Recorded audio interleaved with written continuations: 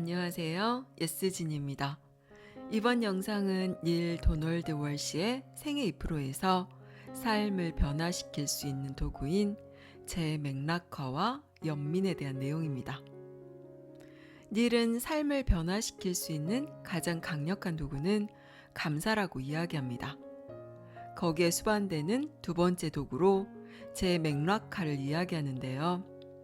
재맥락화라는 것은 어떤 일이나 사물을 바라보는 인식의 틀을 바꾸는 것을 뜻합니다.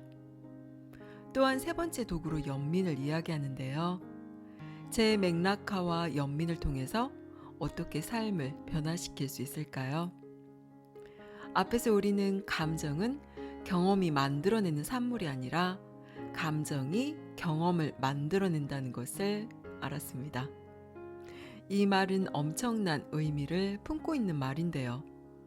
우리는 어떤 상황과 타인 때문에 내가 이런 감정을 갖게 되었다고 생각하지만 실제로는 내가 이런 감정을 갖겠다고 선택한 다음에 상황과 타인에 대한 경험이 이루어집니다. 이것이 너무나 즉각적이고 순식간에 이루어지기 때문에 우리는 이 사실을 미처 인식하지 못합니다. 그래서 우리는 항상 타인과 상황 탓을 하며 내가 이런 감정을 갖게 된 건 내 책임이 아니라 저것 때문이라며 책임 전가를 합니다.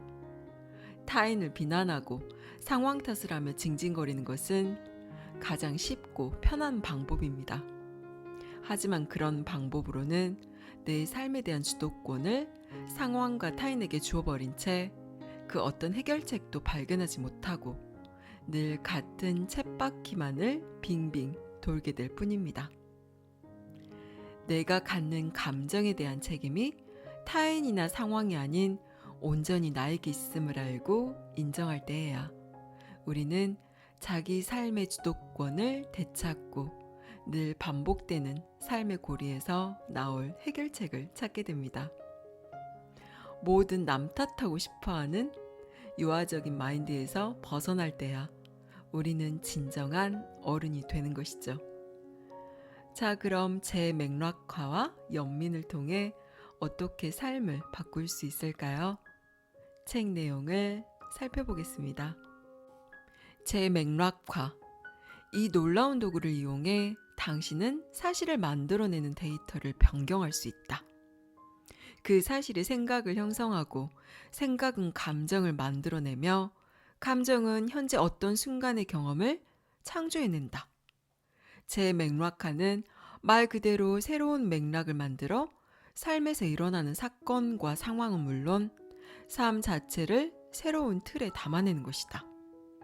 이는 당신이 누군가에게 분노하는 이유를 없애버리고 그런 행동을 정당화하지 못하게 한다.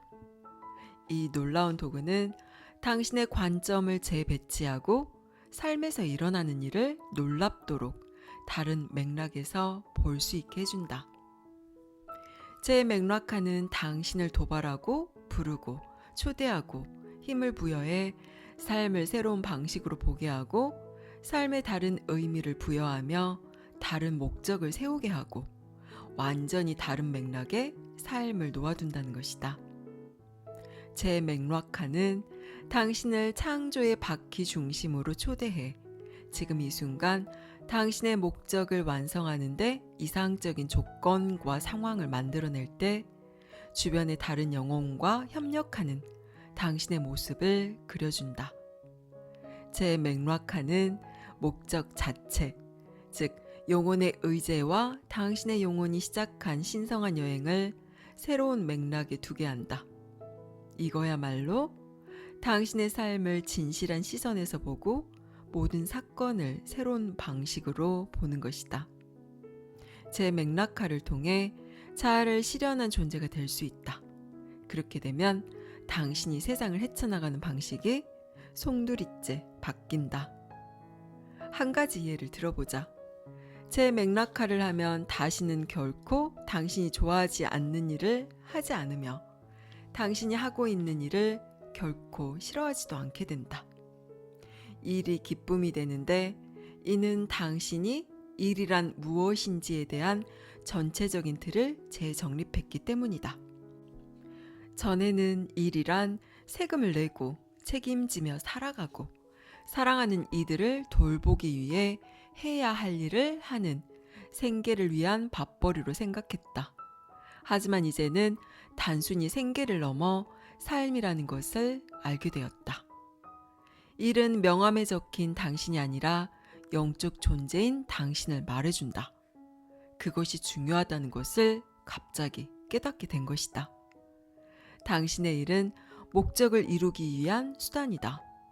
당신의 존재 방식이며 영적 여행에서 당신이 되길 바라는 모습이다. 당신에게 어떤 맥락을 제공해 그 안에서 바로 그 맥락이 되는 것이다. 그 이상은 아무것도 없다. 사랑하는 이들을 돌볼 때 당신은 자신에게 그리고 자신을 통해 신성의 어떤 면을 보여주고 있는가? 세금을 내고 당신이 필요로 하거나 욕망하는 것을 얻을 때 당신은 어떤 면을 표현하는가? 자선을 행하거나 어려운 지인에게 금전적인 도움을 줄 때 당신은 신성의 어떤 면을 보여주고 있는가? 사랑하는 이에게 줄 멋진 선물을 살 때는 어떤가? 당신이 돈으로 하는 일을 살펴보라. 그게 바로 당신의 모습이다. 당신은 당신이 하는 일이 아니다. 일은 단순히 당신 자신이 누구인지를 알게 하는 수단을 제공할 뿐이다. 당신은 관대하고 희생적이고 배려하는 사람인가? 공정하고 정직하고 신뢰할 만한가? 보호하고 자율적이며 창의적인가? 이 모든 것이 당신이 스스로 자유롭게 표현할 수 있는 능력을 준 신성함의 일면이다. 그 선물로 삶은 당신이 일이라고 부르는 것을 선사했다. 당신이 직업을 이런 관점에서 보면 그저 해야 할 일이라기보다는 커다란 과정의 일부분으로서 그것을 자유롭게 이용해 당신이 선택한 신성의 일면이 되는 경험을 할 수 있다. 어떤 사람에게는 그저 직업을 바라보는 새로운 방법일 수 있겠지만 실은 이것이 바로 제 맥락하다. 이제 당신은 모든 영적 스승들이 고민했던 질문을 받게 된다. 그 질문은 다음과 같다. 당신의 마음에서 삶의 외적 사건에 대해 특정한 내적 경험을 하기로 선택하는 주체가 당신이라면 무슨 일을 경험하든 간에 어떻게 만족하지 않을 수 있는가? 비록 당신이 두려움, 분노, 좌절을 경험하고 있다 해도 결국은 당신의 뜻대로 가고 있지 않은가? 아니면 당신은 여전히 자신의 감정을 선택할 수 없으며 감정을 조절할 힘이 없다고 생각하는가? 당신은 조절 능력이 있다. 당신은 선택하고 창조하고 당신이 느끼는 모든 감정에 영향을 미친다. 무엇을 선택할지, 언제 선택할지, 그리고 거기에 어떤 식으로 영향을 미칠지는 전적으로 당신에게 달려있다. 아무도 당신이 어떤 특정한 감정을 느끼게 만들 수 없다. 그리고 이것을 알고 받아들이면 감사와 재맥락화라는 영혼의 도구를 이용해 의식이 성장한다. 이런 도구들은 상황이 아니라 태도의 변화를 이끌어낸다. 아무것도 바뀌지 않았지만 모든 것이 달라질 것이다. 변한 것은 외부가 아니라 내부다. 이제 당신은 특정 사건과 모든 사건, 상황을 언제나 당신이 선택할 수 있다는 것을 확실하게 안다. 당신의 경험은 사건이나 상황에 대한 감정에 근거하는데 그 감정은 생각에서 발생한다. 그리고 그 생각은 당신이 보유하고 있는 데이터의 근거에 생성되는데 그 데이터가 당신의 결정에 의해 언제든지 확장되어 영혼의 인식을 포함할 수 있다는 것도 알고 있다. 마음의 데이터가 이렇게 확장되므로 그 누구도 당신에게 강제로 무언가를 하게 만들 수 없으며 삶을 경험하는 방식은 스스로 선택한다는 것을 당신은 확실히 알게 된다.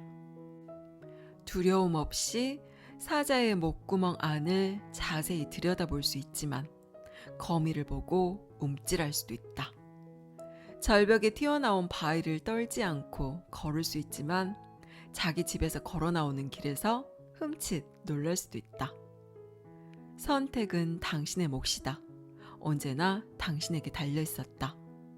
세상은 당신을 향해 무언가를 할 수 있지만 당신이 주지 않기로 결정한 것을 뽑아갈 수는 없다.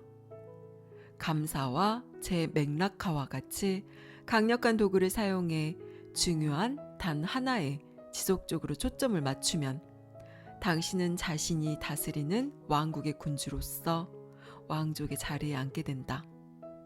당신의 왕국이 다가왔다. 그리고 당신의 의지가 천국의 일부인 이 땅, 지구에서 행사되고 있다. 거기에 그대는 신인가? 라고 적혀 있지 않은가? 삶을 위한 세 번째 도구는 연민이다.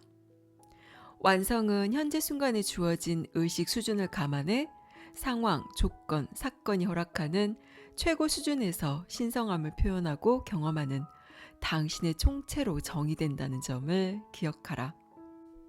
신성, 그 자체가 당신에게 무엇을 바라는지 기억해보라. 뭐가 있는가? 아무것도 없다. 전혀. 당신은 뭔가를 하지 않아도 된다. 아무런 요구도 받지 않는다.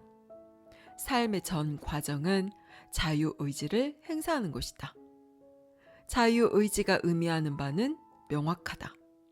당신이 자유롭게 무엇인가를 한다든가 누군가가 신의 명령이라고 말한 것을 행하지 않는다는 의미가 아니다. 당신이 선택했으므로 삶의 모든 것을 자유롭게 표현하고 경험하며 그에 따른 심판이나 처벌은 없다는 의미다. 영혼은 절대 당신을 한계점으로 몰아세우지 않으며 언제나 돌파구로 인도한다는 것을 믿으라. 그곳으로 가는 동안 자신에게 다정하게 대하라. 부드럽게 이해하며 자신에게 친절하라. 그리고 연민이라는 도구를 사용하라. 이 탐색을 시작하면서 처음에 우리가 했던 말, 당신은 그 무엇도 잘못하는 것이 없다를 기억하라. 당신은 그저 단순히 기억하고 있다. 영혼의 지혜를 한꺼번에 모두 기억해낼 수는 없다. 바다를 흡수하고 싶다면 이따금씩 스펀지를 점검해 봐야 한다. 그러므로 현재 당신의 의식 수준은 인간으로서 당신의 선량함을 측정하는 속도가 아니며 영적 존재로서의 자격을 가늠하는 잣대도 아니다. 초등학교 3학년과 4학년이 별반 다르지 않으며 대학 졸업생도 완벽함과는 거리가 있는 법이다. 넘어지고 실패했지만 다시 일어난 사람은 힘든 여행을 시작할 만큼 용감하지만 아직 무릎 한 번 까진 적 없는 이보다는 용기를 복돋우려 애쓴다. 그러니 자신에게 연민을 가지라. 당신은 용감하고 선하니 얼마든지 연민할 만하다. 이 놀라운 도구를 자신은 물론 다른 일을 위해서도 사용하도록 하라. 그들 역시 지금은 그저 기억하고 있을 뿐이다. 당신만큼 잘 기억해내지 못하는 사람들도 있다. 연민을 가장 효과적으로 사용하는 방법 중 하나는 당신과 관련된 모든 이에게 이 도구를 적용하는 것이다. 많은 사람들이 분노하고 언짢아하고 상처받고 도움이 필요해 당신에게 올 것이다. 뭔가가 제대로 작용하지 않아 뿌연 안개 속을 헤맬 때 사람들은 당신을 찾을 것이다. 혼란스러운 나머지 그들은 당신을 필요로 하고 오로지 당신만이 그들의 상처를 치유하며 자신을 사랑하고 이해하며 포용하고 인내하고 용서하는 방법을 배우지 못한 그들에게 그렇게 하는 방법을 가르쳐 줄 거라고 기대할 것이다. 당신이 연민이라는 도구를 사용해 사람들에게 이런 선물을 하면 할수록 이 놀라운 치유의 도구에 더 친숙해질 것이다. 그리고 당신 자신에게도 이 도구를 쉽게 적용하는 방법을 터득하게 될 것이다. 자기 자신을 연민하는 것은 언제나 쉽지 않다. 많은 사람들이 자신을 연민하는 것이 그다지 편하지 않다는 것을 알고 있다. 자기 자신을 연민하면 똑바로 해내지 못했어, 잘못했어, 부족해, 친절하게 행동하지 못했어 등의 자신을 향한 비난이 중단되어 버린다. 사람들은 자신을 연민하는 것은 스스로 올가미에서 벗어나게 하거나 죄책감을 느껴야 하는 일에 대해 일종의 면죄부를 주는 것이라고 생각한다. 그래서 자신에게 엄격하게 굴며 자기 연민을 거부한다. 어린 시절부터 줄곧 제대로 하지 않았다고 생각하는 많은 사람들은 계속해서 자기 연민을 거부한다. 자기 자신에게 가장 혹독한 감독이 되는 것이다. 고인이 된 윌트 켈리가 목소리 연기로 널리 사랑받았던 만화의 주인공 포고가 했던 명대사가 떠오른다. 우린 적을 만났어. 그 적은 바로 우리 자신이야. 오랫동안 자신을 엄하게 다뤄온 많은 사람들은 연민이라는 도구를 사용해 편안함을 느낄 때는 다른 사람을 대상으로 할 때라는 것을 안다. 심지어 사용해 본 지 너무 오래돼서 연민이라는 도구를 찾기 힘들어 할 때도 종종 있다. 그러나 당신이 연민의 한쪽 모서리라도 찾는다면 그 끝을 건드리기만 해도 빙산이 녹아내릴 것이다.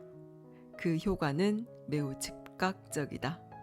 이것이 바로 연민이 일으키는 기적이다. 가슴이 열린다. 그리고 마음도 열린다. 전에는 들을 수 없었던 것을 들을 수 있게 된다. 영혼의 부드러운 목소리, 더 넓은 시야, 더욱 깊은 이해, 더욱 넓은 관점을 부여하고 조용히 다른 의제, 새로운 우선순위, 변경된 목적을 수용한다. 연민의 공간에서는 정말 중요한 것이 아주 선명하게 나타난다. 연민의 자리에 앉아있는 사람은 부적절하고 상관없는 일에 주목하지 않는다. 연민으로 모든 것이 선명해지기 때문이다. 그러니 이 선물을 자주 사용하라. 그 효과는 원형으로 나타난다. 자신에게 더 많이 줄수록 비례해서 다른 이에게도 더 많이 줄 것이다. 당신이 다른 이에게 더 많이 주면 자신에게도 더 많이 주게 된다. 사실 자기 자신이든 다른 이든 누구에게든 먼저 시작해도 무방하다. 삶의 모든 것이 그러하듯 연민도 사랑의 또 다른 형태이다. 여기까지 생애 2%였습니다. 제 맥락화란 어떤 일이나 사물을 바라보는 인식의 틀을 바꾸는 것을 말합니다.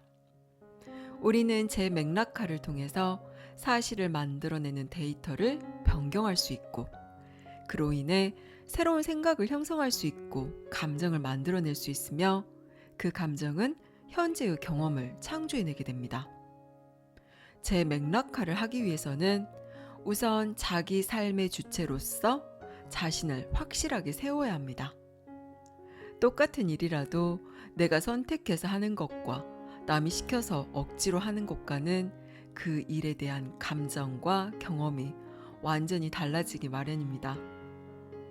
지금 자신이 하고 있는 일이 내 의도와는 달리 어쩔 수 없이 해야 하는 일이라고 받아들인다면 우리는 그 일에 대해서 지루함과 짜증, 분노, 저항 등의 감정을 느끼게 됩니다. 하지만 그 일이 내가 원해서 선택한 일이라면 아무리 힘든 일이라도 우리는 거기에 대해서 기꺼이 받아들이고 수용하게 됩니다.